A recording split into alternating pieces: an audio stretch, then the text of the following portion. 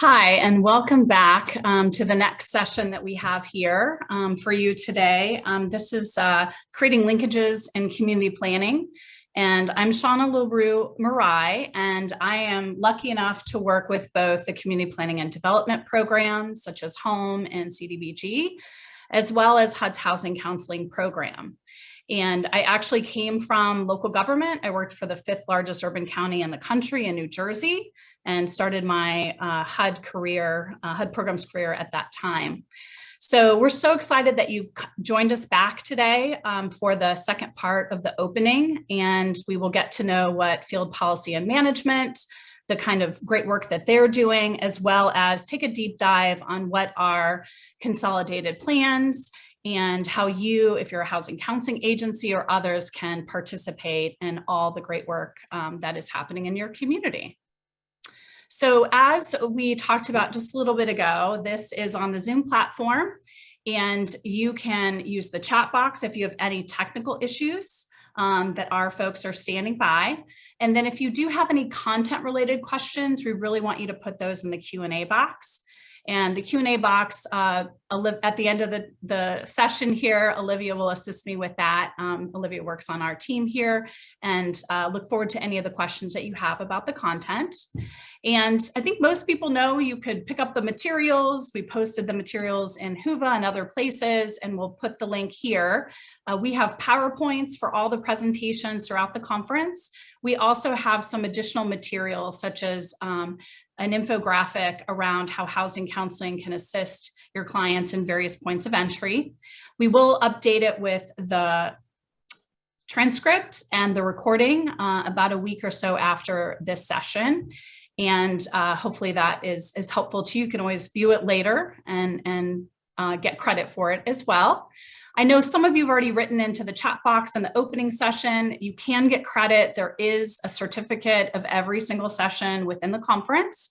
And this is the instruction slide that you'll see in all the decks where you can go to your learner transcript and print your certificate. So we know that's incredibly important for housing counseling agencies who are here with us today.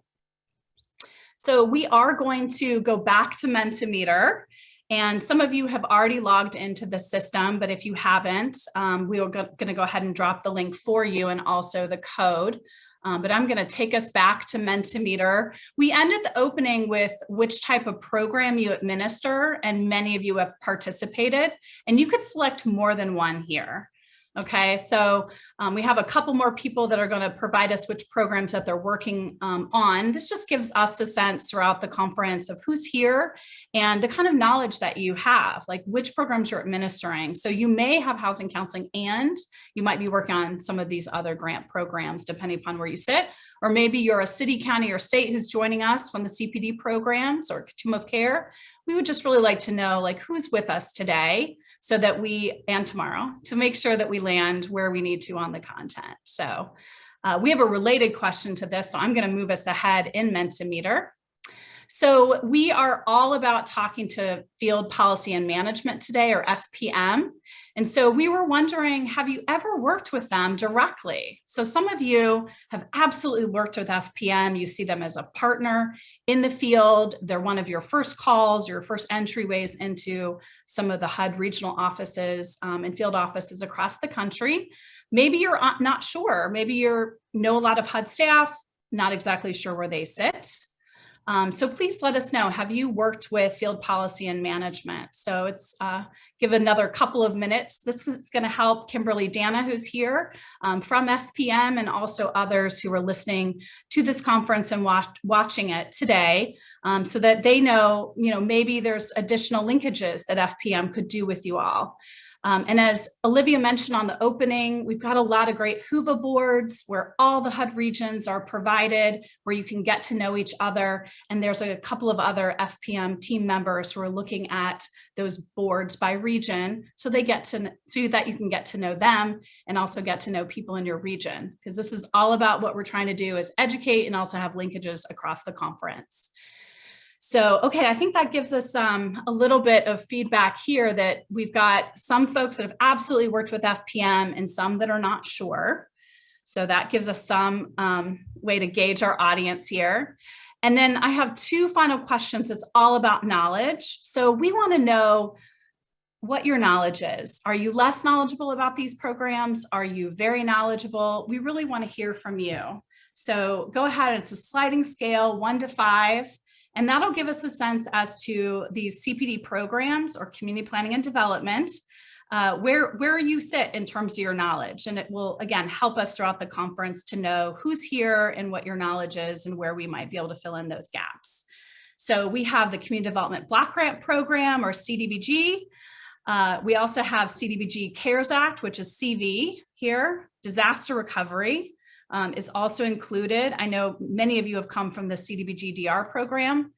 The HOME program, which is a construction program, also has tenant-based rental assistance and others. And HOME ARP, which is the Home American Rescue Plan Act. So HOME ARP is a brand new program. So some of you are going to be less knowledgeable just because we have just started with that program. We'll more about that tomorrow. The Continuum of Care, or the Emergency Solutions Grant. So those of you that are working in homeless programs, just rate your knowledge. That would really be helpful to us. And then finally, Housing Opportunities for Persons with AIDS, or HOPWA. Also it's a smaller program within CPD doing amazing, impactful work for those living with HIV and AIDS today, and construction program, mental assistance, et cetera, services. So that service enriched housing that you're going to hear about tomorrow. So, okay, this gives us some sense. Seems like at least HOME and CDBG might be the winners here. So, so I'll move us ahead just because of time, but thank you for those of you that participated.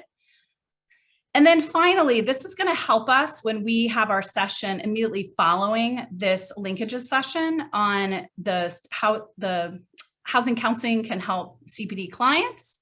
And so we really think that it would be helpful to know in our audience here, are you less knowledgeable about housing counseling or very knowledgeable? And I specifically put the HUD Housing Counseling Program because HUD's Housing Counseling Program has its own regulations, just like HOME and CDBG does. So we really want to find out from you like how knowledgeable you are, and that will also help us with who is here in the audience. So take a look. And so this looks like overwhelming a little bit higher than what we saw in the CPD programs. However, it's neck and neck, I think, with HOME and CDBG right now. So we'll just let this kind of flow in the background, this particular one, while I go back to my PowerPoint.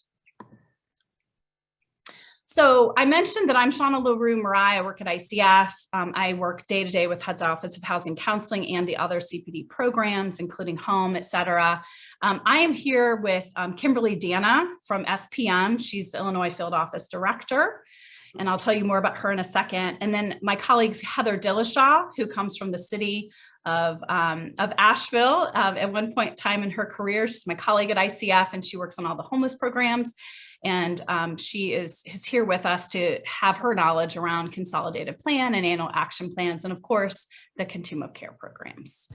So we have as part of our agenda, the Get to Know Field Policy and Management. And it sounds like we've got the right audience that needs to know a little bit more about what FPM does.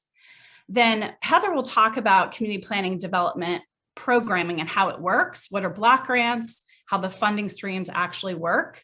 And then I'll pick it up with what you can do if you're a housing counseling agency in terms of planning and engagement. And then Kimberly will help us with what linkages is she already making, because she came from community planning and development as well as FPM, and what she's doing in FPM currently to make those linkages happen.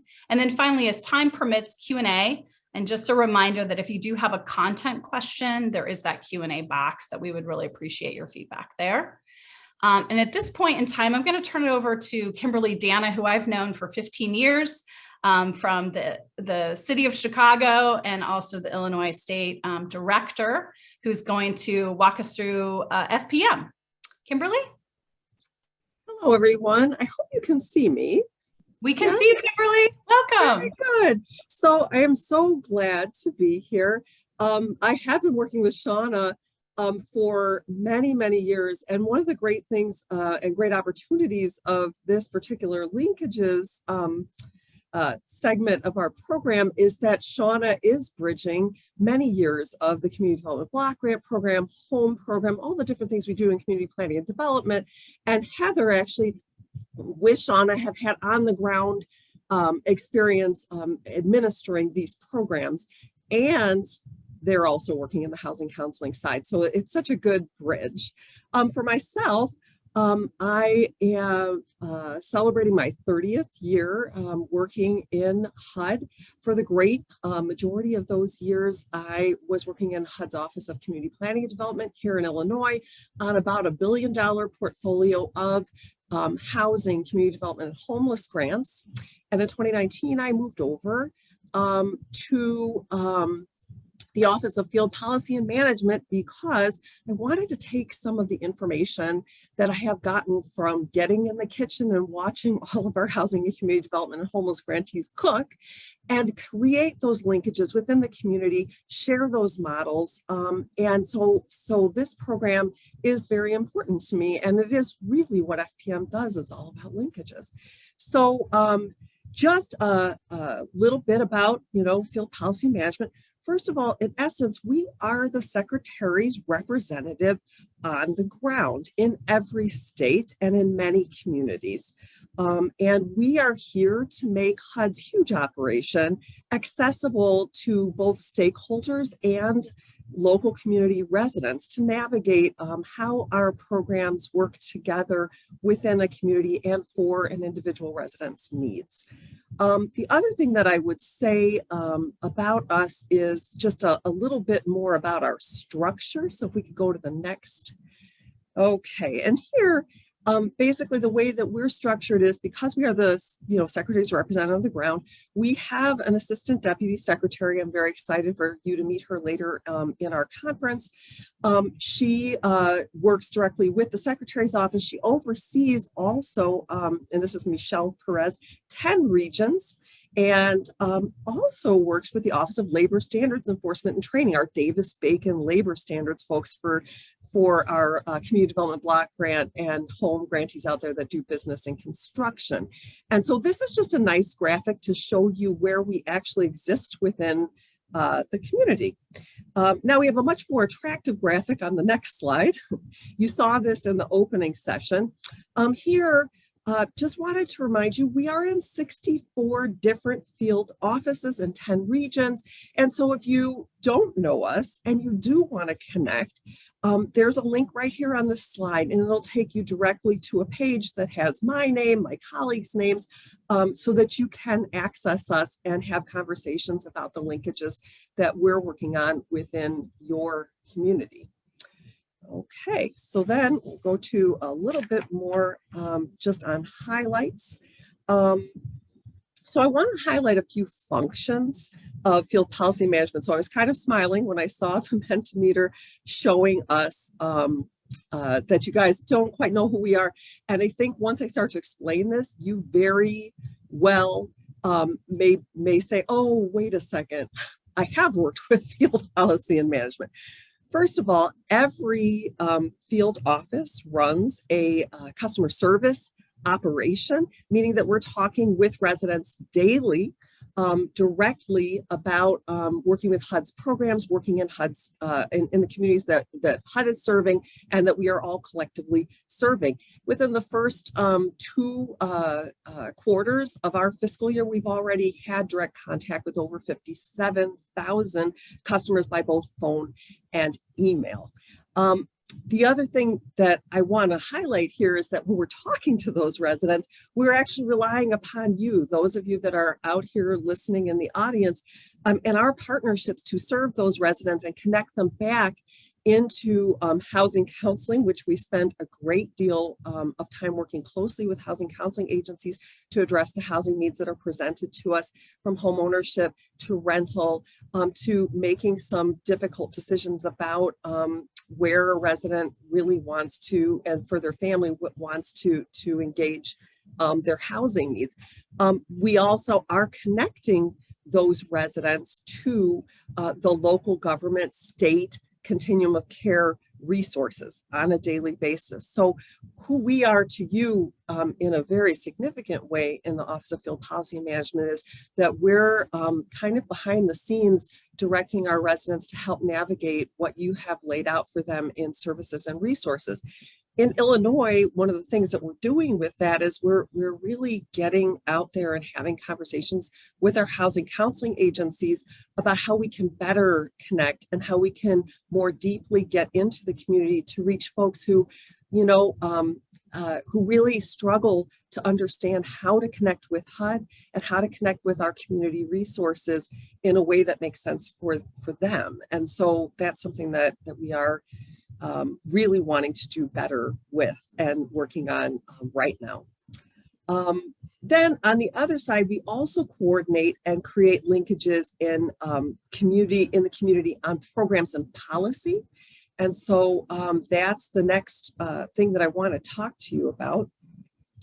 So we do strategic initiatives and economic empowerment on behalf of secretarial priorities. So I heard a little bit of a reference in our opening remarks to the HUD Strategic Plan. I have to say that we at HUD are very excited about the focus of the HUD Strategic Plan. And so I just want to remind you a little bit about what that focus is, and you can hit this link and actually read it, and I would encourage you to do that.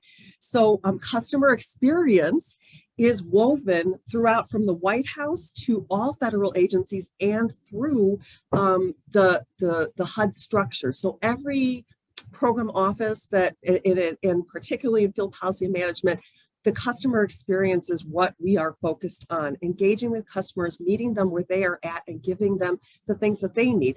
And as housing counseling agencies, state and local governments and homeless providers, as well as I saw other organizations that are doing feeding programs, that's what we are all engaged in. So I just think this commitment is very exciting. Some other features that you're going to hear a little bit more throughout the conference and was referenced in the opening, access to housing by creating new units, by rehousing folks who've become homeless. Home ownership has renewed energy and focus, particularly for Black home ownership and home ownership more broadly to BIPOC communities. Housing quality is very significant. We're diving more deeply into housing quality of our own stock here at HUD, but also partnering with our state and local government partners on housing quality issues more broadly in the community. Fair housing and equal opportunity enforcement has a renewed commitment with this administration. And I think you're going to be seeing so much more, and we'll talk a little bit more about that later in our session.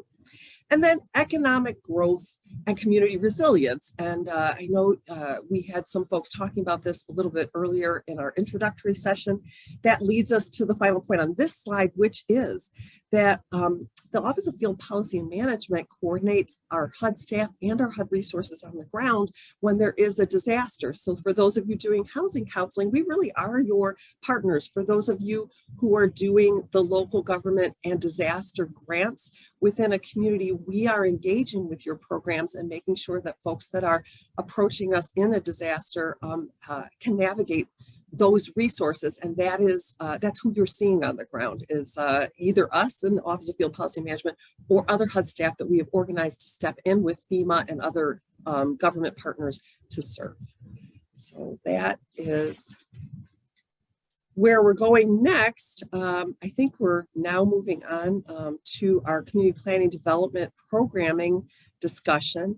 And here, Heather Dillashaw is going to take over. Heather has many years of housing and community development experience on the ground, operating and directing housing and community development programs. So I am grateful to get to know and to collaborate with Heather during this session, and I'm going to turn it over to Heather now. Thank you. Good afternoon. It's a pleasure to be with you here today. As Kimberly said, my name is Heather Dillashaw. I'm currently a HUD TA provider at ICF, but before I came to ICF, I had the opportunity to work for many years here in my local community in North Carolina, where I was able to work with the whole full spectrum of the CPD programs, including homeless programs, CDBG home, ESG, Housing Trust Fund, all of those, to work with our local stakeholders and agencies to utilize those funds. So it's great to be here today with all of you. Excited to see how many of you are from all different parts of the CPD programs and housing counseling agencies. So for the CPD programs really are about partnerships, right? It's only with the partnerships that we create with both all levels of government and the private sector that we're able to make progress, that we're able to make really solid impact in our communities, to provide decent housing, to expand economic opportunities for low and moderate income persons, and to reduce and end homelessness in our communities. So we're going to start with a little bit of an overview. How do all of these CPD programs work? There's lots of acronyms, lots of different things out there. So we're going to do a little bit of an overview, so we kind of all understand how all of these programs hopefully work together. On our best days, they all work together to meet the needs of the folks in our communities. Overall, they can be categorized in two ways, as formula grants and non-formula grants. The large amounts of CARES Act funding, or CV funding for short, that was allocated in 2020 and 2021 includes both formula and non-formula grants. Community Development Block Grant, the Home Investment Partnerships Program, the Home American Rescue Plan funding, Housing Trust Fund, Emergency Solutions Grant, including CARES Act funding, and Housing Opportunities for Persons with AIDS, including CARES Act funding, are all formula grants. Non-formula grants are Community Development Block Grant Disaster Recovery and Community Development Block Grant Mitigation Funds, which are allocated by Federal Register Notice. Continuum of Care funds, which are dedicated to persons experiencing homelessness, are competitive non-formula grant funds. And Housing Opportunity for Persons with AIDS includes CARES Act funding and competitive funding. Our formula grant programs within CPD programs began in the early 70s with the Community Development Block Grant. All of these funds that are formula are distributed to both states and localities and are based upon specific criteria in either program statute and or regulation, sometimes both. For example, CDBG eligible grantees are principal cities of MSAs or other metro cities with populations of at least 50,000, urban counties with at least 200,000. That excludes the population of the entitled cities that may be within those urban counties, states, and also the insular areas. Sometimes this is not as known, but the insular areas and territories are also eligible and receive this funding. Common formula components across all of these formula grant programs is the population, number of persons in poverty, and the housing conditions that exist in those localities. Current funding allocations are shown here. You'll note that the CARES Act funding noted is CV, ESG CV, CDBG CV, and Home American Rescue Plan funding. These are one-time allocations. These are not annual funding streams. So these have been allocated or in the process of being allocated. The other numbers for CDBG, Home Investment Partnerships Act, ESG, and HOPWA are annual numbers, and you can see the very big difference in this historic investment that the CARES Act and the American Rescue Plan have invested in these housing programs, specifically for those experiencing homelessness and other vulnerable and low-income populations. So for the non-formula grant programs, first we're going to talk about CDBG DR and CDBG MIT. There is no annual appropriation for these funds. This is a statutory authority out of an overall pot that has been allocated by Congress. So for example, in fiscal year 2021, $5 billion was allocated to assist recovery from events in both 2020 and 2021. You'll note if you have your slide deck up or if you have it up, if you choose to download it or look at it after the session, there's a link here to the active disaster grants. So you can see where this are. If you're curious if they're in their community or where they are, these are the ones that are active for disaster recovery, and it outlines how this was done. CDBG regulations do apply to these two pots of CDBG funds, and at the same time, they are often modified by the Federal Register Notice or published on HUD's website when they are allocated. These are designed to be more flexible, to help local communities recover more quickly from presidentially declared disasters, especially in low-income areas. The hope is that these Greater flexibility with these funds helps rebuild the affected areas more efficiently and effectively than an annual fund would, and there's available in addition to what other funds are already existing in the community.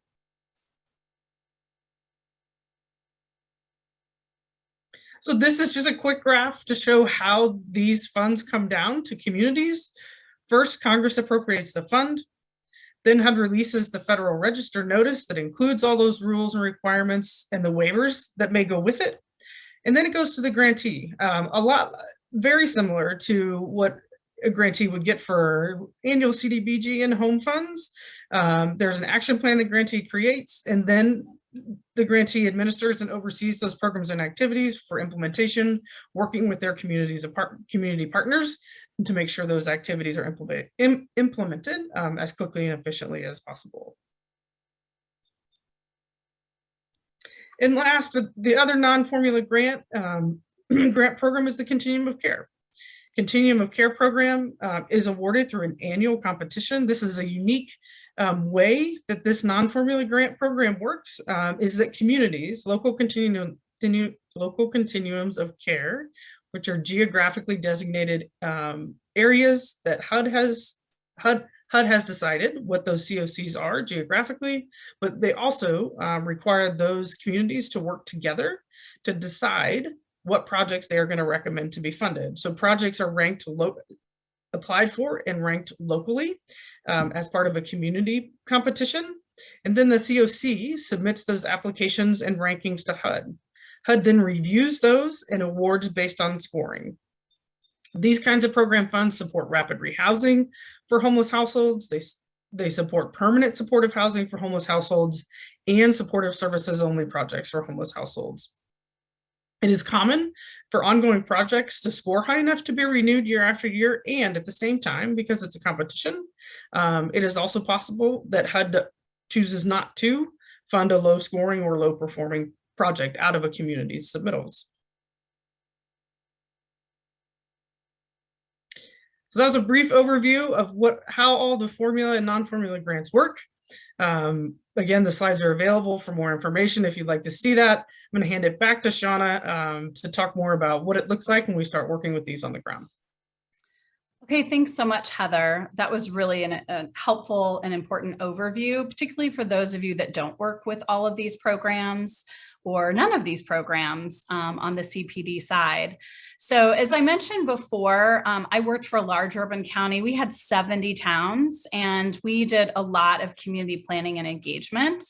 I was the lead on our consolidated plan, our annual action plan, and also the lead on the Continuum of Care as well. So there was a lot of planning action, a lot of community engagement for me locally. And then as a TA provider, like Heather and I are today, we have a lot of engagement that we foster across the country with many different jurisdictions. So we thought that after we talk to you about which programs we're talking about and how the funding comes down, we thought that it would be helpful to go into a couple of different aspects of community planning and engagement so that those of you that are from nonprofits and others who are here with us, including housing counseling agencies, you understand a little bit more about what we mean in terms of engagement, in terms of community planning. So we see that this is like at least 4 different ways or 4 different steps in terms of engagement that you can undertake based upon where you sit. So I have a slide on all of these for the most part. We always start with the Consolidated Plan, which is that 3 to 5 year plan that cities, counties, and states must do for community planning and development programs. Heather mentioned that briefly. I'll go into a little bit more here shortly. And then the update annual is the annual action plan. That's the update to your consolidated plan. And as you saw, there was a lot of like the additional like CARES Act and American Rescue Plan Act that requires updates to the annual action plan as these additional appropriations have been made. So we'll talk about that a little bit more. And then a term of art in the Consolidated Plan regulations, and there is a separate regulation from the formula grant programs that covers consolidated planning.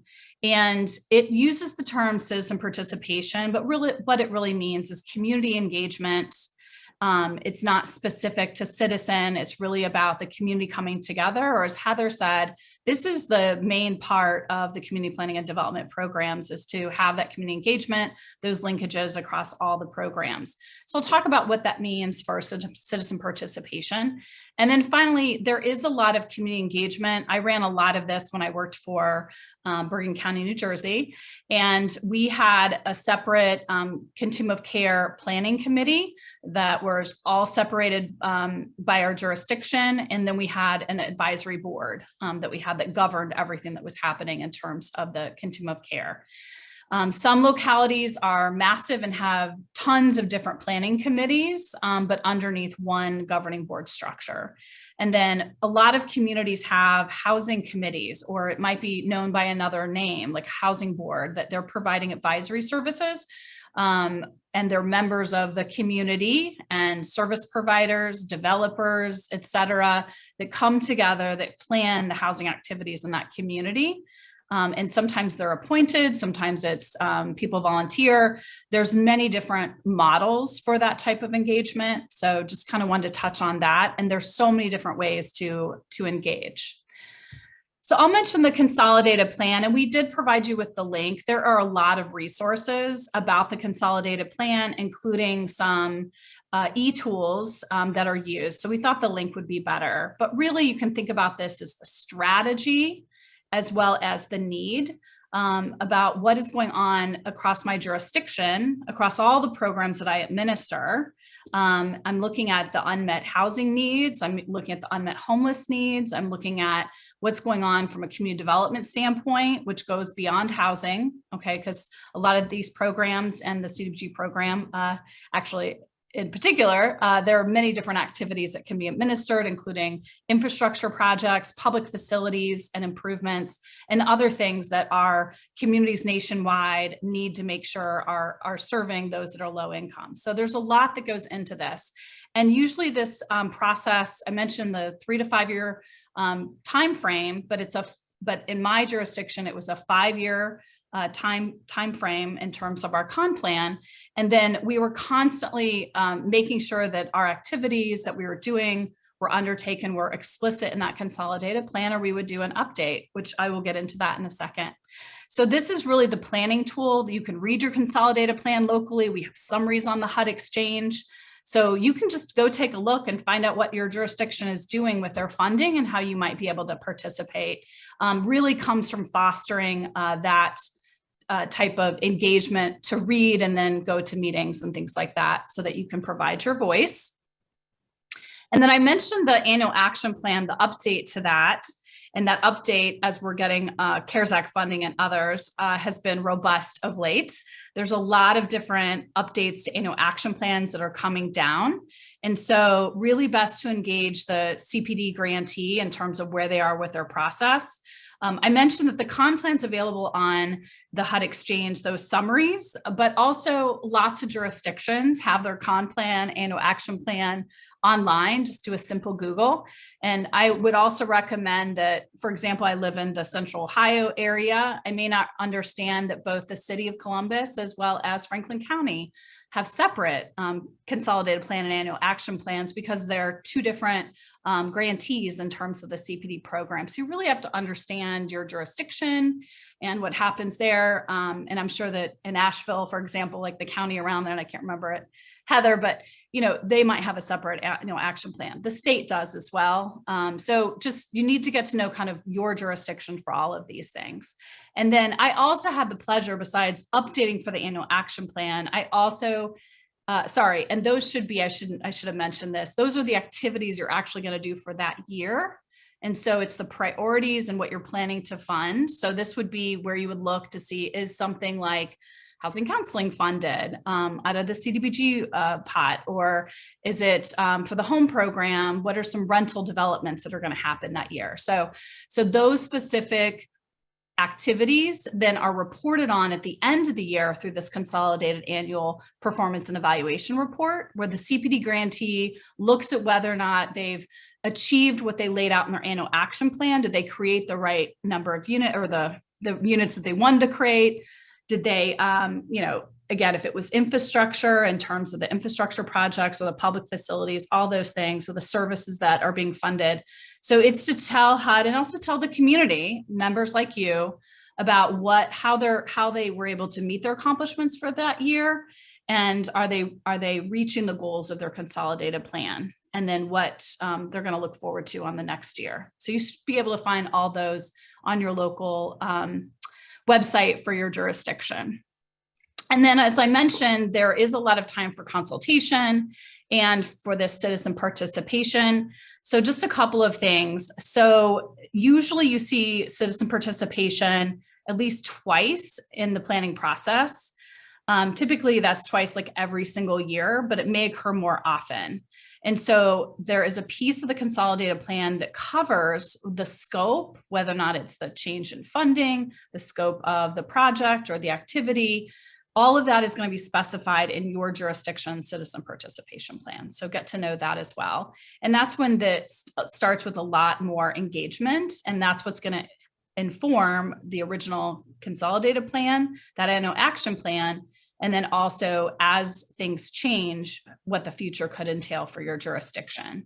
So this is a great time to collaborate and consult in jurisdictions, particularly around the CARES Act funding, to find out how you can engage maybe around that CDBG CV program or HOPWA CV, or more recently, the Home CARES Act funding that also came from the, sorry, I said CARES Act, American Rescue Plan. So Home ARP or Home ARP, we've heard both. Right now, lots of jurisdictions are doing their annual action plan update, and they're coming up with their qualifying populations. And there's a lot more activities that could be funded, including housing counseling. So make sure that you reach out and find out what their planning process is. And hopefully you guys can make linkages this week and engage other people in your community. Those are really going to be, those newer programs are going to be a great way to see what you can leverage in terms of your clients and what they might need for rental assistance and homeownership assistance, as well as housing counseling. I just put 2 links. I thought you might want to see the Econ Plan Suite, citizen participation, consultation, like checklist.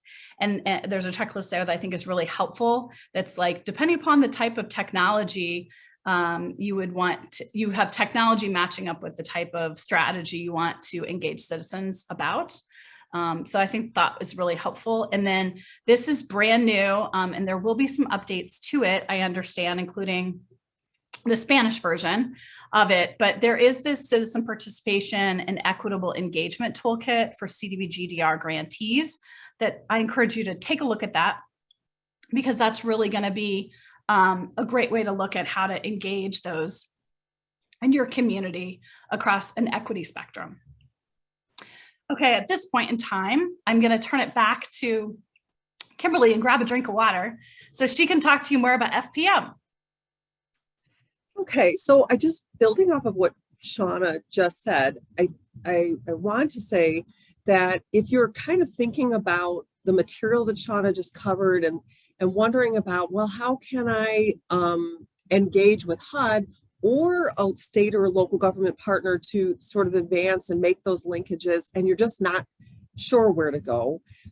There are 3 things that, again, go back to that map, get that link, and engage with us in the Office of Field Policy and Management with a member of our team, and we can talk through 3 different ways to get there. One is just awareness. We do send out information about opportunities for linkages, where the department is going, how communities are engaging with us to get the work done. We also can help you think about what the opportunities are, and also to problem solve a gap that you're seeing and connect you to who you need to speak with in the community, because we're out there every day, both with residents and with stakeholders. So that's what we're really trying to drive home in your relationship with our office, which is like the front office in your community. So if we can go to the next slide, there's a couple of things that I want to highlight that are just kind of examples of that awareness, opportunities, problem solving.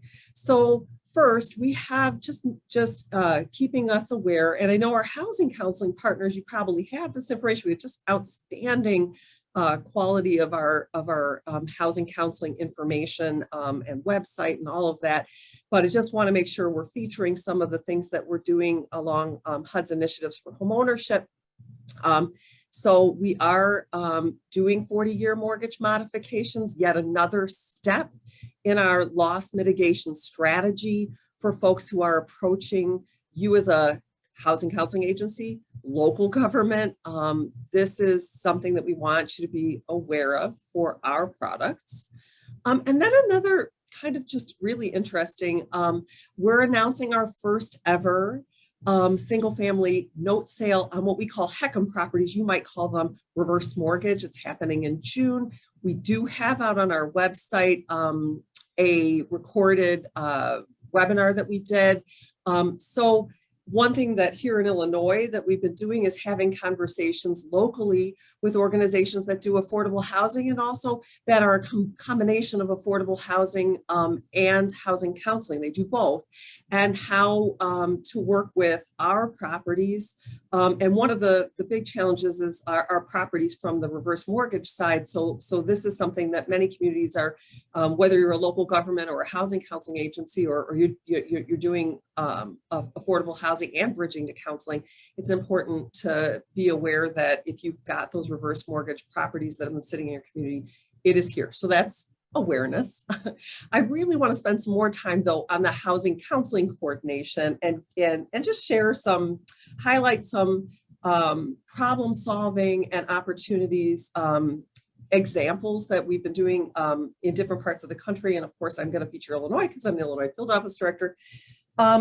So one thing that we are doing across all of our field offices is we've been coordinating on the Treasury's Home Ownership Assistance Fund. So U.S. Treasury and HUD have been closely engaging on rental assistance and mortgage loss prevention.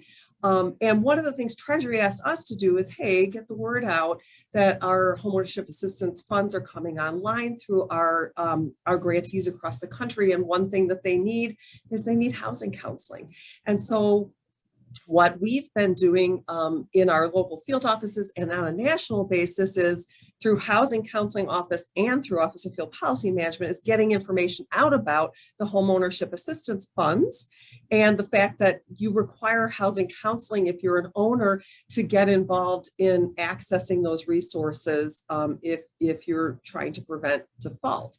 And then locally within individual field offices, we're connecting at the local level with their specific programs and also connecting with our local housing counseling agencies to make sure those owners are getting in touch with housing counseling and getting access to the homeownership assistance funds. So, so that is one initiative I'd like to highlight. Another one here in Illinois, but I know this is happening in different parts across the country with our field policy and management shops, is talking to our housing counseling agencies about building that next generation of housing counselors. If you're a state or a local government grantee, a Continuum of Care, you know that we have to have certified housing counselors to work with us and provide the housing counseling, and that is a requirement. That's put some pressure on our housing counseling systems as we're trying to onboard folks and also get them trained and certified. That is it's a time-driven process that sometimes doesn't necessarily expedite the hiring. And so one thing that we've had the opportunity to do in Illinois, we have the great blessing of working with an organization, Housing Action Illinois. It is a housing counseling industry group, but it's also just an affordable housing and homeless just housing group here in Illinois that works as an important part of our Illinois housing community. And so we met with them to kind of talk about their strategies for building additional counseling resources for counseling agencies across Illinois. And, they were working with Vista AmeriCorps, which is, of course, one of our federal partners. And so we talked about expanding out the Vista AmeriCorps to a larger core of volunteers that could be deployed to different housing counseling agencies, embedded in those counseling agencies, so that the onboarding process is streamlining with the training and the certification process, so that when that volunteer term is done and folks are able to permanently make that shift to permanently being with an organization, they don't have to start again and do more training and certification. So there already were volunteers and we're treating it, but what was significant was that we were expanding it. And so those were opportunities we were able to bring to our housing counseling community. So those are a couple of just little highlights. Now I want to just feature some of our initiatives. And here again, awareness and opportunity is why I'm sharing these couple of feature initiatives for HUD. And I guess as I'm talking about them, what I'm hoping that you will do is think about how this feeds into some of the information that you're getting on the ground and how you might like to connect with these initiatives and use them as a way to drive additional opportunities for the residents that we're all serving. And if you want to talk more about that, that's when you reach out to us in your field office in field policy and management. So let's talk about House America. House America is an initiative that features the outstanding work of our state and local government partners to get, and their coordination with our local continuums of care to get dollars out on the ground and programs out on the ground to address homelessness through two different focuses. One is rehousing folks who have become homeless. And you see this language in the slide about a housing first approach. So this is a method of prioritizing who gets that assistance based on their need. So rehousing folks and also adding more units into the community. And a lot of that is, I think we can go to the next slide, is being done through our rescue plan dollars. We have emergency housing voucher program dollars that are being run with Continuums of Care in partnership with public housing authorities to rehouse folks targeting homeless individuals and families. On the unit creation side, we're hoping to see it's just kind of getting up and running. Our Home American Rescue Plan, Home ARP funds, developing new units and making units available. Our goal is that at least 100,000 households will be rehoused and at least 20,000 new units of affordable or supportive housing are added to the pipeline, not built, but added to the pipeline by December 31st. Now, you say, 100,000 households, 20,000 new units.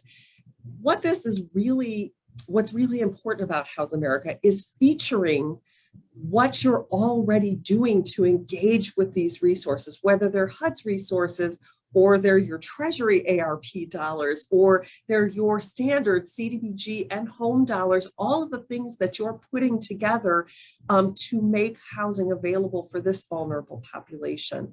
And so if you are participating in House America, we're really grateful for you allowing us to feature you and feature your success on the ground and to support you as you do this work. If you're interested in participating in House America and sharing in our goal setting, contact the Office of Field Policy and Management in your local field office. Okay, let's talk about PAVE. So appraisal equity and appraisal bias are a significant focus of the White House and also of HUD. So we've just started talking about appraisal equity. We've released a report. It's a data-driven strategy and a community-based strategy for addressing appraisal bias. And so we created a task force, we've created data, we're excited about the opportunity in the future to get that data out so that folks can use it for data-driven local community strategies. But in essence, we're starting at this big, top level, which is saying, hey, this is what the data is telling us at this broader level. And these are the steps that we're taking. We have a task force. That task force is carrying out very specific actions. So we are training new appraisers, community-based, with a community-based focus. We are enforcing our fair housing lending requirements. And this is really important for all of us, me too, because I'm answering phones from consumers every day, just like many of you, is empowering consumers to take action against bias and making sure that they're informed, and sharing, getting that data out on the ground and sharing it, and also giving us feedback on the data that we're sharing. So these are the steps that we're just beginning to get out in the community and talk about.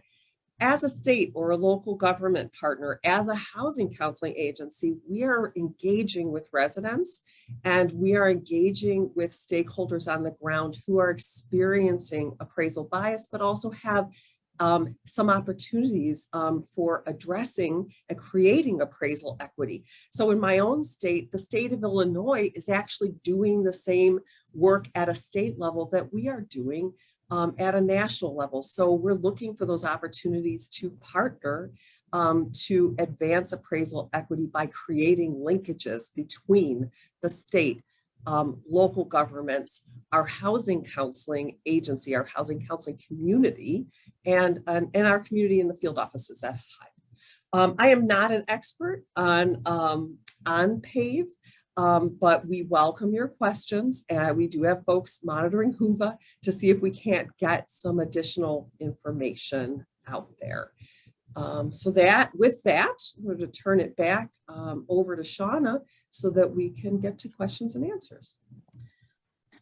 Thanks so much, Kimberly. And we know that a lot of the housing counseling agencies have been following what's been going on with PAVE, but we thought that it would be really helpful for the CPD grantees that are here, if they hadn't heard about the PAVE initiative, that the cross-agency collaborative that's going on, we thought that it would be helpful. So thanks for that. And also the other updates in terms of Home America and also the ability to pick up those properties. What an amazing opportunity for developers, Kimberly, both at the nonprofit level and on the public agency level as well. So we have a couple of minutes for maybe a handful of questions. So Olivia, I have not been able to peek since I've been sharing my screen, but and I'll stop sharing for a second. What's in the Q&A box?